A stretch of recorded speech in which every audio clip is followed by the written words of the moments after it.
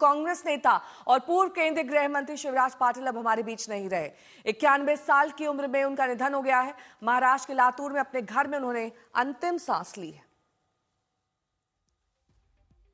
पाटिल लंबे वक्त से बीमार चल रहे थे, घर पर ही उनका इलाज हो रहा था। 2008 में मुंबई आतंकी हमले के वक्त वो देश के गृह मंत्री थे। लोकसभा के स्पीकर के अलावा वो केंद्रीय सरकार में विभिन्न विभागों के मंत्री रह चुके हैं। पाटिल मराठवाड़ा के लातूर से सांसद रह चुके हैं। लातूर की ग्रामीण सीट से वो साल 1973 से 1980 तक विधायक रहे। ऋत्विक भालेकर मेरे सहयोगी जुड़ गए हैं तमाम जानकारी के साथ। ऋत्विक, अंतिम क्रिया कब तक?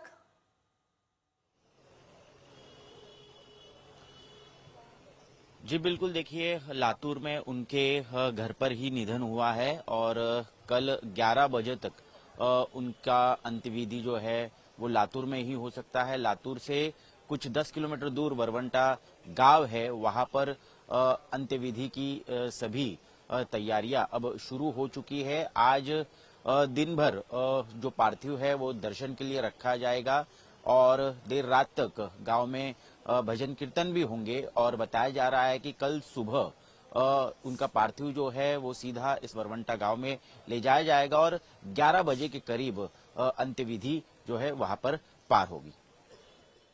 कौन कौन मौजूद है इस वक्त उनके साथ घर में, उनके पार्थिव शरीर के निकट, और कौन कौन अंतिम दर्शन के लिए पहुंच रहा है? जी बिल्कुल, एक शादी के लिए दिल्ली से लातूर गए थे और सारा परिवार उनके साथ है। उनके 2 बेटे बहुएं उनके साथ है और घर पर ही क्योंकि उनका इलाज चल रहा था। 5 दिसंबर को उनकी तबीयत नासाज हुई थी। 8 दिसंबर के बाद वो और खराब हुई, उन्होंने खाना पीना भी छोड़ दिया था।